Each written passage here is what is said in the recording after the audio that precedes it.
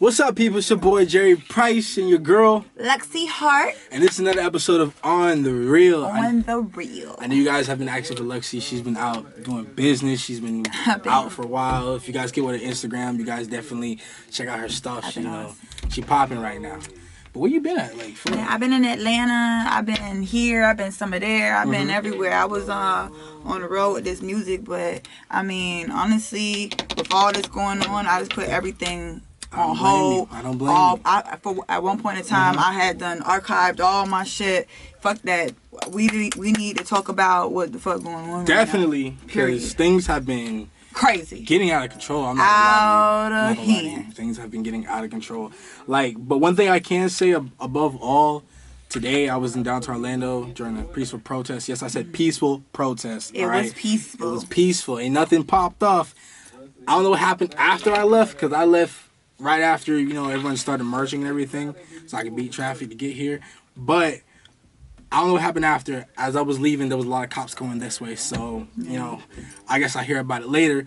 But hopefully everybody was safe. Everybody was safe. It was very moving. It was very touching. It was nice to see a very diverse, group of people that was there. Everybody was, for the same thing. Everybody just wanted change, Yeah, that's good to hear. I wanted to go, but it's just I want us to organize. I want us to have our demands. I want us to, I want us to be able to make a statement that is undeniable. They can't try to cover it up or dumb it down because of this or sidetrack from this is what we want, this is what we're doing, and this is why we're doing it, and it won't stop until these things happen.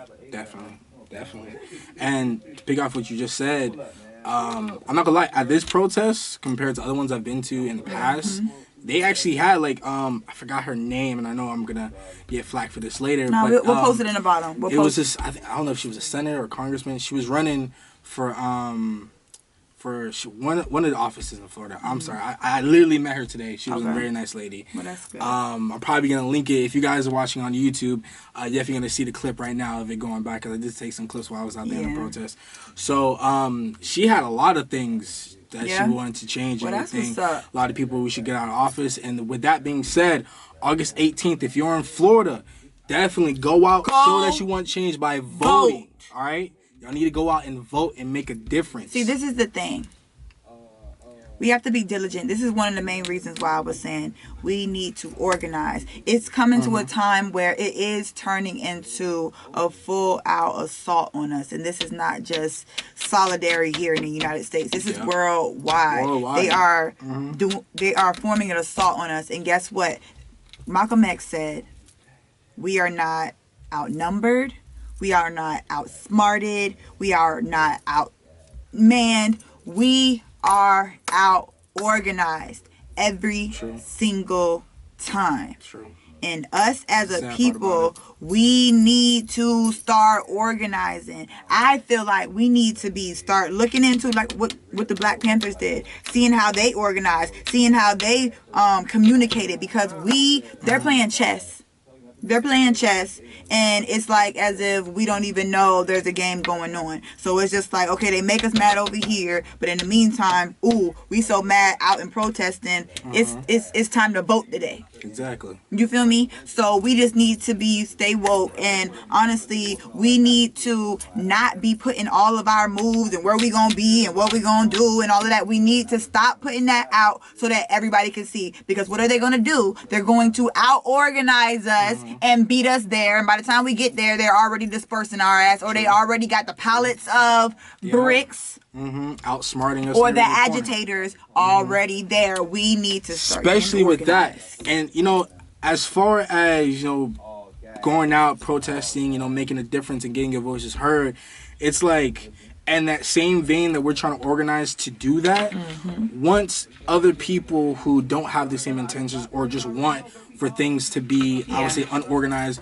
or hectic or anything they go out and looting, they're going out. I'm not gonna lie, while I was at the protest, even though it was about a couple thousands of people there, I literally can hear that one person who's trying to cause some bullshit while we were like while they were talking. Yeah. And I'm just like, and everyone just basically paid it, like gave it no energy, which But I see, thank God for that. But at the same time, it's just like there's always that one person. They need to be called out because right now it's coming out. There's been thousands of videos, pictures, and things that are confirming there are actual people who are being paid to act as agitators. Facts. They're there to agitate. They're there to make things violent. They're there to start trouble with the police. They're there to, loot and cause violence and things of that sort. And those people, I feel personally, need to be called out. I've been seeing a lot of those videos as well, where people are calling these people out and they're running the fuck away. They lucky they're not getting beat the fuck up.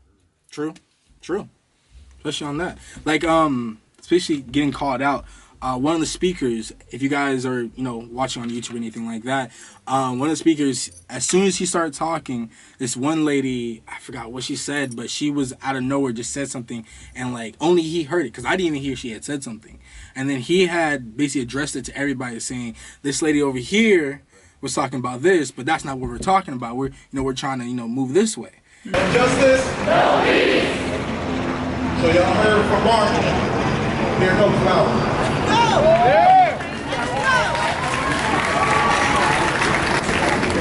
Excuse me.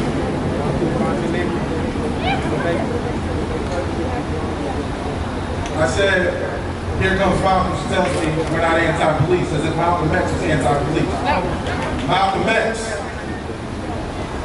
was for defense. Defending our community. So we got to be careful about the narrative, the false narratives that we spread about the people that we honor every day. And I think it's only appropriate for the people who are directly impacted, the people who do this work on a daily basis, who are for a black person to speak on the behalf of the directly impacted black community in this community. And I'm sorry, guys. I know I'm like misquoting it really bad, but if you guys do watch the full video of On the Real, it will be on YouTube. So you guys on YouTube watching, you probably see the clip right now. Check it out. But yeah, it was just like he immediately called her out, which I thank God for that, because out of all the other speakers I heard, other people that were yelling out things, they kind of just brushed it off. Right. But as soon as he got up, she said something. He called her out for it. And I seen the video today. There was a guy that he had like his live out, and he was like, "Hey, can you guys flip this truck over here? Can you guys flip this truck over here?" And they're like, "Why would you even say that? That's not what we're here for." And on top of that, these people are not black.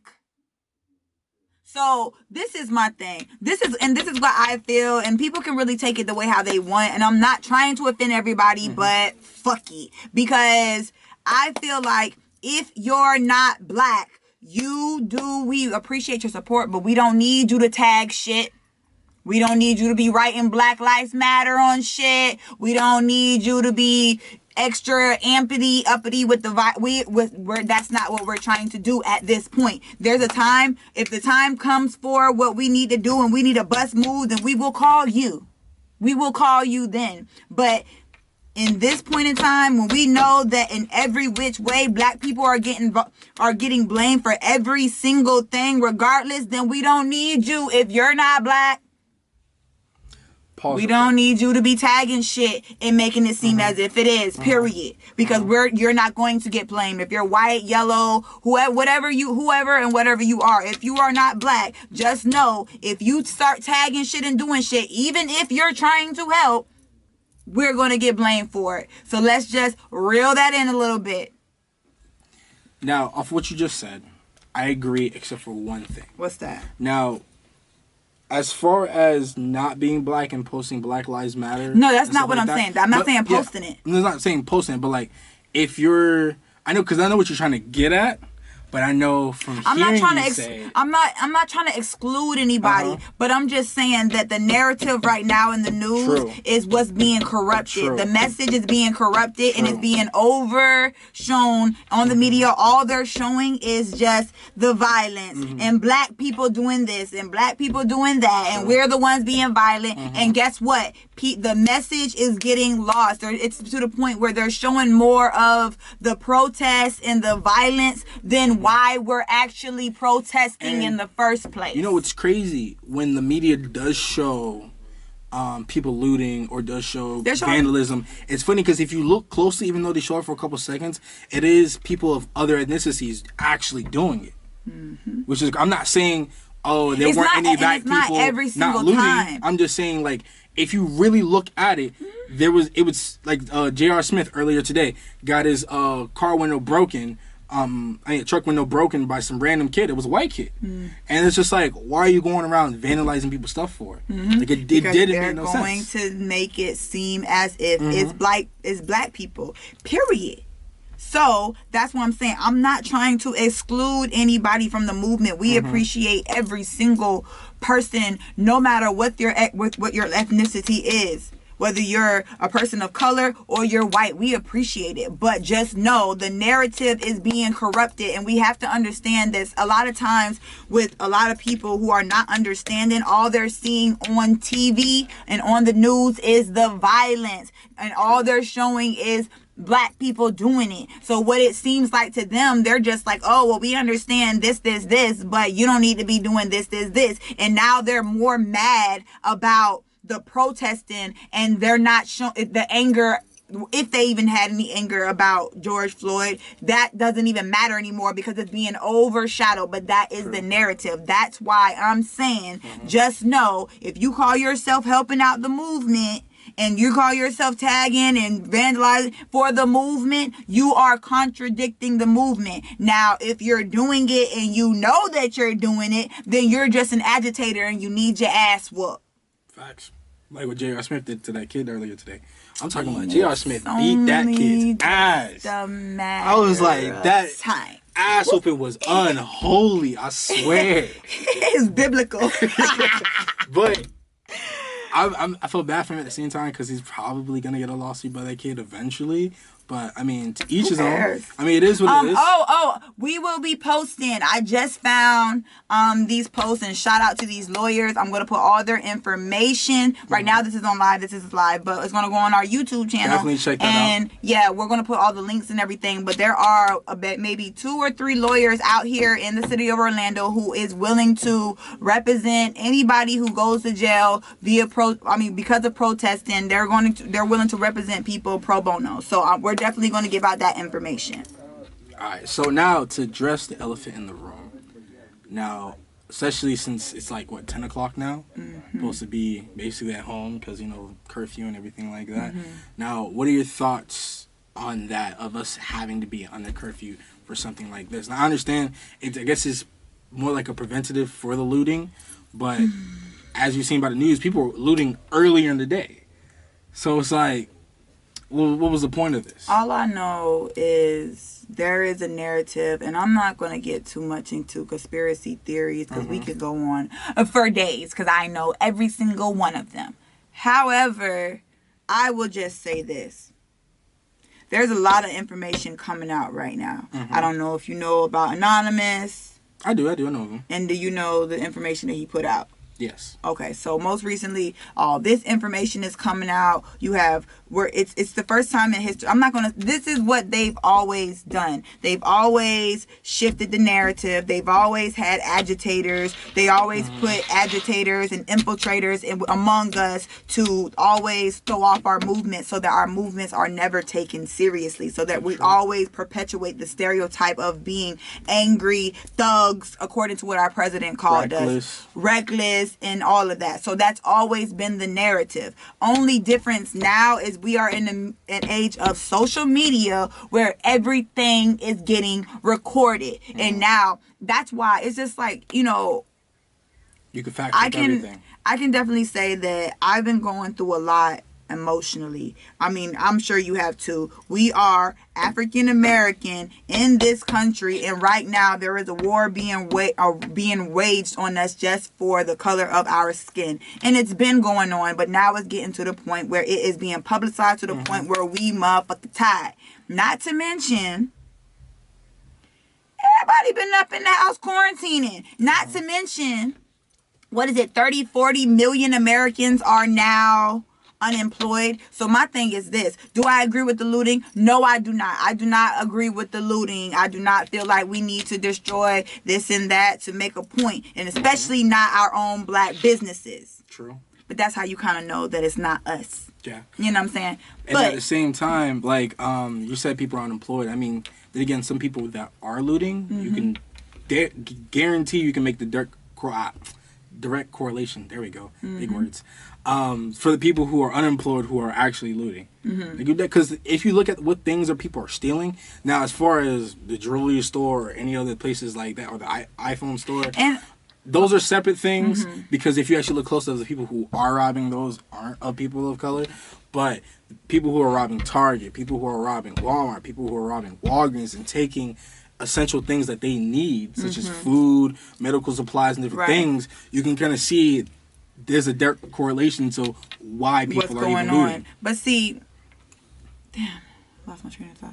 Go ahead, continue to say. It'll come back to me. I need to stop smoking. But at the same time, like a couple years ago, I had posted something. Oh! Sorry. Before I forget it again. I want to bring awareness because I seen a video. It was of a white lady, Caucasian lady. She was there at one of the first few protests around the time the first Target got looted.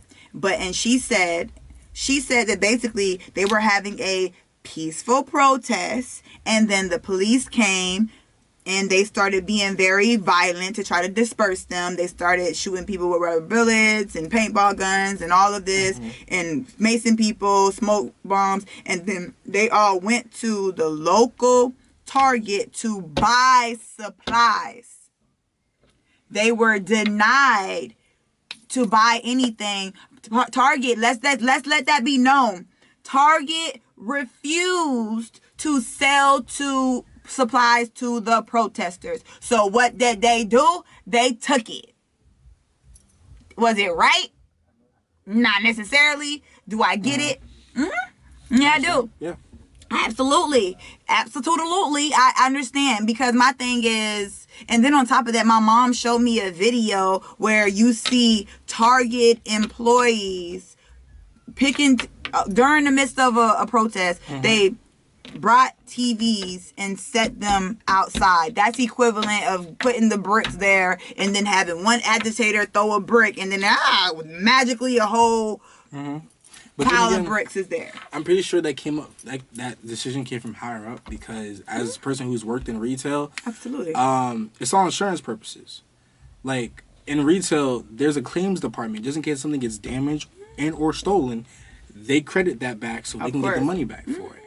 It's okay if even like any restaurant or any retail place, if they ever get robbed, they tell them let them take the money. Why? Because to them it's insured. They're gonna get their money back regardless. So even if they're putting TVs out there, putting merchandise, exactly, and they're doing it doesn't matter, because Target get that bit. But it's doing it as an agitator, because at the end of the day, every which way they want to make us look bad, violent, and that we're looting. And the agenda is for the president. See, this is the thing.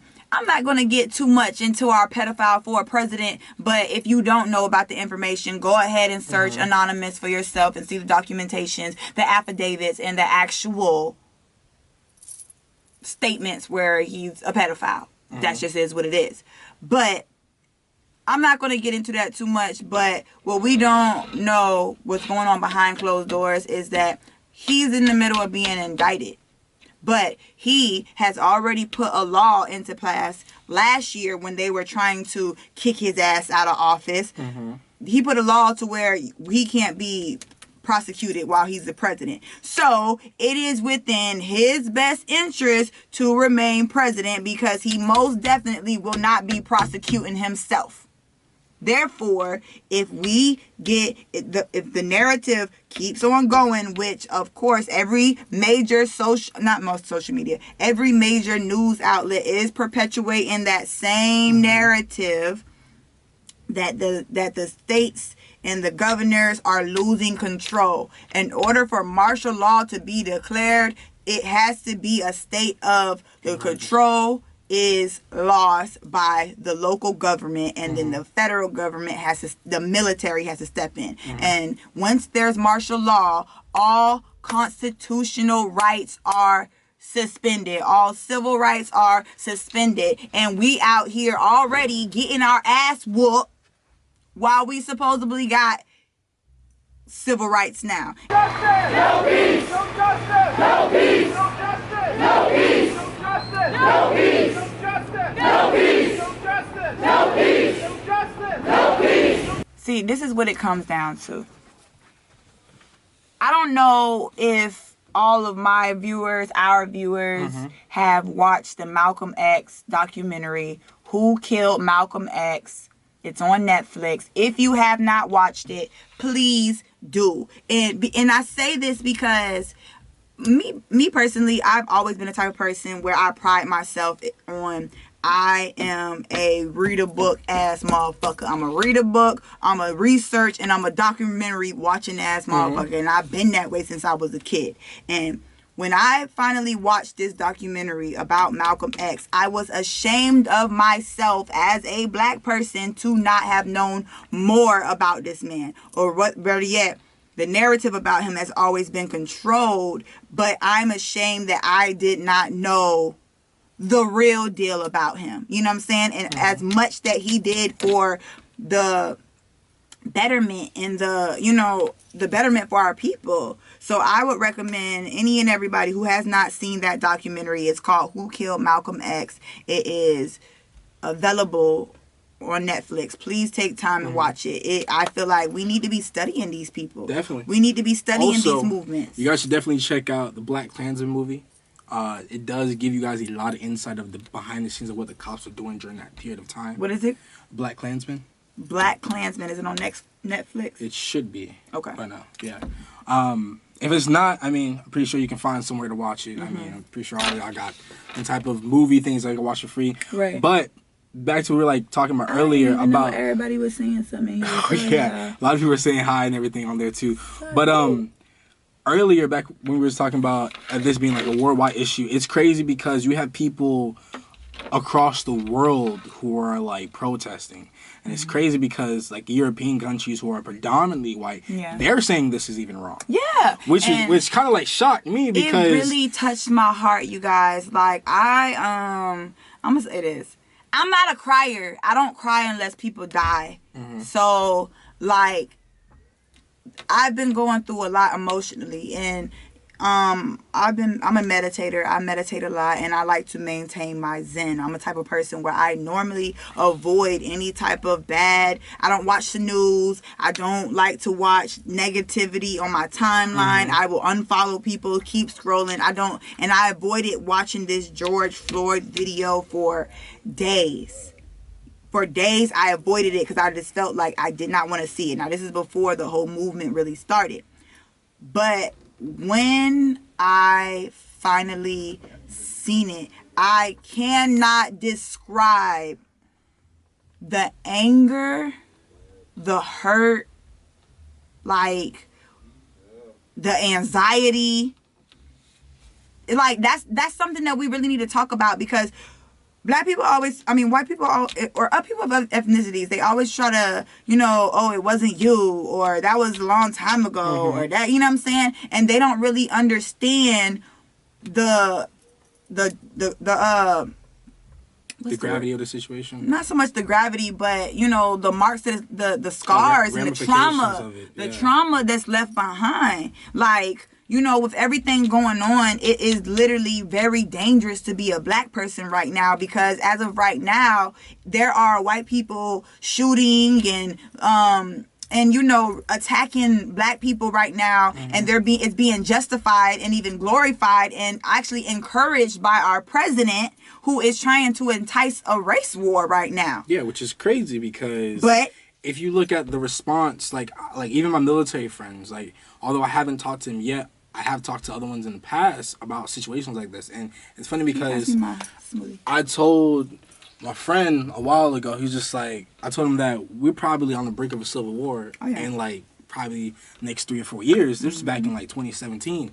And I didn't want to be right about that, but I feel like as time goes on, more things like this keep happening. It's just like we're closer and closer to that, to a point where it's just like people got to pick a side, because especially with the person we have in president, it's just like it's making it to where you have to pick a side. Yeah, like as of right now, we're in Orlando, Florida. For everybody who don't know, the tension is so thick when you go out. It's like you can cut it with a knife. I feel like, and it's on both ends. It's like, you know, white people feel like they don't know whether to avoid eye contact with you. They don't know how to look at you and give you a nervous smile. I mean, I'm never been the type of person where I just go out of my way to speak to somebody, but I'm normally nice. But I mean, I honestly, it is hard to juggle all these feelings. On one hand, as a black person, we are angry, we are tired, we are hurt, we are ready to not feel this way anymore. Yeah. You know what I'm saying? And piggyback what you're just saying, as I was walking back to my car from the protest, there was like a line of basically state trooper cars going over the I-4, that little bridge that goes over the I-4 from downtown. And as I'm walking past, I'm just like, you know, at the same time, it would feel really bad of me if I didn't just say something to the cops at least once. Like even hi, or how's your day going? Or what's your thoughts about this? And to be honest, me personally, I don't know them.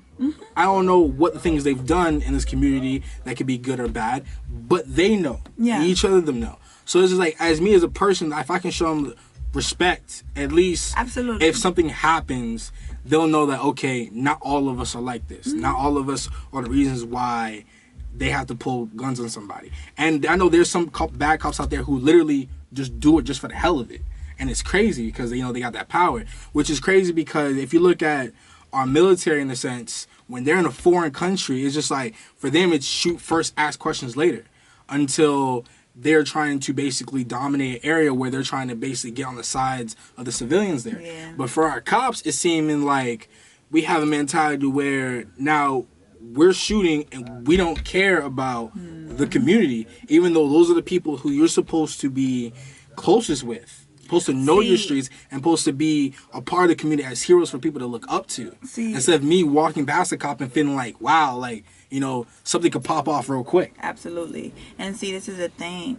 Like, when I seen the address of our president last night and how he referred to the situation, what he said, and how he was saying that he's calling for martial law in all 50 states, and he's going to give the governors the chance to get it under control or call for it for themselves before he does.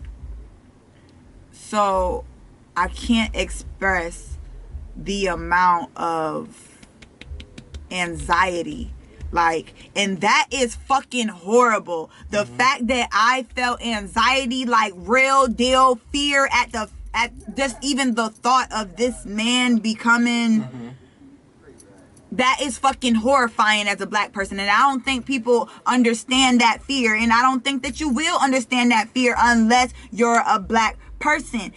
But it's fucking scary. The thought of martial law under this man is scary. But guys, that's gonna be it for On the Real. Thank you guys for watching. Next time. If you guys definitely want to see the full length of this video, definitely check out our IG lives. We're definitely gonna be doing this more often. Yeah. But until then, it's been real. It's your boy Jerry Price, Luxie Hart, and we'll see you guys later. Absolutely.